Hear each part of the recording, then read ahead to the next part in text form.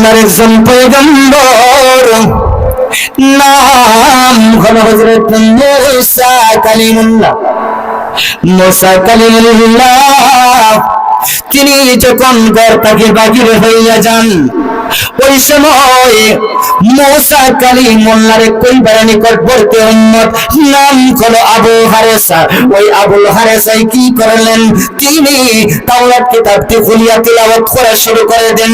তিলাওয়াত করতে করতে এক পর্যায়ে দেখা যায় তাওরাত কিতাবের মধ্যে মুসা নবীর নাম 4 জায়গায়, আখেরি নবীর নাম মুহাম্মদ নাম হলো 70 জায়গায়। যেই মাত্র 70 জায়গায় আখেরি নবীর নাম পাওয়া যায়, ওই সময় আবুল হারেসার অন্তরের মধ্যে গুসা চলে আসে, অন্তরের মধ্যে রিয়া চলে আসে, হিংসা চলে আসে। হিংসা আসার সাথে সাথে কাঞ্চি হাতের মধ্যে নিয়ে যত জায়গার মধ্যে মুহাম্মদ নাম পায়, তত জায়গা থেকে মুহাম্মদ নামটি কেটে কেটে ফেলে দেয়। হোক নাউজুবিল্লাহ। হাঁটু ঝুলে পড়া যাবে না। এক পর্যায়ে মই আবু হারেসা ওই মুহাম্মদুর রাসূলুল্লাহ সাল্লাল্লাহু আলাইহি ওয়াসাল্লামের নাম মোবারক যত জায়গার মধ্যে পায়, তত জায়গা থেকে কাঁচি দিয়ে কেটে কেটে ফালাইতে থাকে। এক সময় আমার আপনার আল্লাহ তাআলা যখন তাওরাত কিতাব থেকে হাবিবুল্লাহর নাম মোবারক কেটে দেয়, হাবিবুল্লাহর নাম মোবারক কেটে দেয়, এই দৃশ্যটি দেখতে পাইলেন আল্লাহর কুদরতে কলিজায় আর বরদাস্ত করতে পারেন না। আল্লাহ রাব্বুল আলামিন সাথে সাথে মুসা নবীর উম্মত আবু হারেসাকে মুহূর্তের মধ্যে সাপ বানাইয়া দেন। বলেন আল্লাহু আকবার। আর একটা আওয়াজ দেওয়া বলা যাবে না, আল্লাহু আকবার। এখন শুধু কান্না করেন। মুসা কালিমুল্লাহ কিছুক্ষণ পর ঘরের মধ্যে ফিরে আসেন, এসে দেখেন শুধু কান্নার আওয়াজ শোনা যায়। ডাইনে তাকান, বামে তাকান, সামনে তাকান, পিছনে তাকান, কিন্তু কান্না শোনা যায়, মানুষ দেখা যায় না। মানুষের মতন কান্না। ডাক দিয়া বললেন, কে গো তুমি কে? মানুষের মতন কণ্ঠ শোনা যায় বটে, কিন্তু দেখা যায় না তুমি কে। ওই সময় আবুল হারেসা ডাক দিয়ে বললেন, ওগো আল্লাহর পয়গম্বর মুসা, আপনি যখন ঘর থেকে বাহির হইয়া চলে যান, ওই সময় তাওরাত কিতাব আমি পড়ার জন্য খুললাম। খুলিয়া যখনই আমি তিলাওয়াত করে শুরু করে দিলাম, তিলাওয়াত করতে করতে করতে করতে আমি দেখতে পাই আপনার উপর যে আল্লাহ তাওরাত কিতাব নাযিল করে দেয়, ওই তাওরাতের মধ্যে আপনার নাম মাত্র 4 জায়গায়, আর আখিরি নবী মুহাম্মদুর রাসূলুল্লাহ সাল্লাল্লাহু আলাইহি ওয়াসাল্লামের নাম হলো 70 জায়গায়। ইয়া ওগো পয়গম্বর মুসা, এই দৃশ্যটি দেখে আমি আবুল হারেসা আর বরদাস্ত করতে পারি না। আমি কাঞ্চি হাতের মধ্যে লইয়া যেই মাত্র মুহাম্মদের নাম কাটা শুরু করে দেয়, ও পয়গম্বর মুসা এক পর্যায়ে মুহাম্মদের নাম যত আমি কাটি, ততই আমার সমস্ত শরীর সাপে পরিণত হয়ে যায়।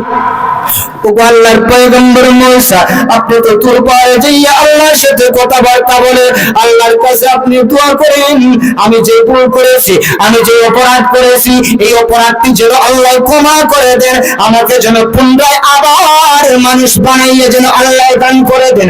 আমার ভাইরা, আমার বাবা, আল্লাহর পয়গম্বর মুসা কালিমুল্লাহ তোর পায়ে যাইয়া দাঁড়াইলেন, ডাক দিয়া বলে, ও প্রভু,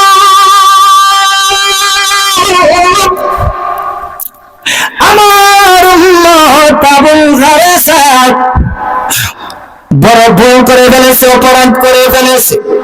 আল্লাহ গো, আমার আবুল হারেসাকে কি কোনো ক্ষমা করে দেওয়া যায় না? আল্লাহ পাক জানাই দেন, ও গো পয়গম্বর মুসা,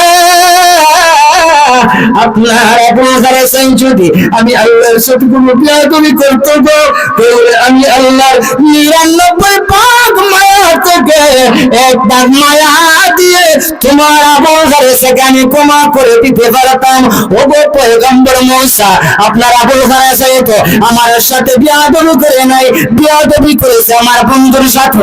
যতক্ষণ পর্যন্ত আমার বন্ধু তোমার আবুল হারেসাকে ক্ষমা করে না দিবে, ততক্ষণ পর্যন্ত আমি আল্লাহ তোমার আবুল হারেসাকে ক্ষমা করে দিতে পারি না। হোগা সুবহানাল্লাহ।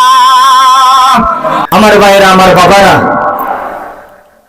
আল্লাহ রাব্বুল আলামিন বললেন, ও পয়গম্বর মুসা, আমার হাবিবুল্লাহর কাছ থেকে যতক্ষণ না পর্যন্ত তোমার আবুল হারেসা ক্ষমা না চাইবে, আমার হাবিবুল্লাহ যতক্ষণ না পর্যন্ত তোমার আবুল হারেসাকে ক্ষমা করে না দিবেন, ততক্ষণ পর্যন্ত আমি আল্লাহ তোমার আবুল হারেসাকে ক্ষমা করে দিতে পারি না।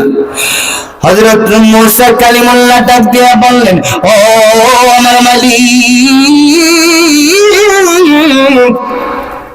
এখন পর্যন্ত আপনার হাবিব লামাতায় রয়েছে, লাবর্ত নেই, মাতাবর্ত জায়গা এখনো লামাতায় রয়েছে। ও প্রভু, আপনার হাবিব কোন দিন দুনিয়াতে আসবেন আর আমার আবুল হারেসাকে এতদিন পর্যন্ত জীবিত থাকবে? আমার আবুল হারেসা কিভাবে আপনার হাবিবুল্লাহর কাছ থেকে ক্ষমা চাইবে? আল্লাহ তো আপনার কাছে সেই পন্থাটি জানতে চাই। আল্লাহ রাব্বুল আলামিন জানাই দেন, ও পয়গম্বর মূসা, তাহলে শুনে নাও, তোমার আবুল হারেসা কোন সময়ে আমার হাবিবুল্লাহর কাছ থেকে ক্ষমা চাইবে? আল্লাহ রাব্বুল আলামিন জানাই দেন, ও পয়গম্বর মূসা, তাহলে শুনে নাও, 570 খ্রিস্টাব্দে রবিউল আউয়ালের 12 তারিখে সুবহে সাদিকের সময় আরবের বুকে মক্কা নগরীতে মা আমিনার রেহেম থেকে মক্কা নগরীতে আমি আল্লাহ আমার হাবিবুল্লাহকে পাঠাবো। আমার হাবিবুল্লাহর বয়স যখন মক্কা নগরীতে 53 বছর হয়ে যাবে, 53 বছর বয়স হয়ে যাবার পর আমার হাবিবুল্লাহ মক্কা থেকে হিজরত করে মদিনায় যাওয়ার জন্য রওনা হয়ে যাবেন। এই পথিমধ্যে একটি জায়গা রয়েছে, যে জায়গার নাম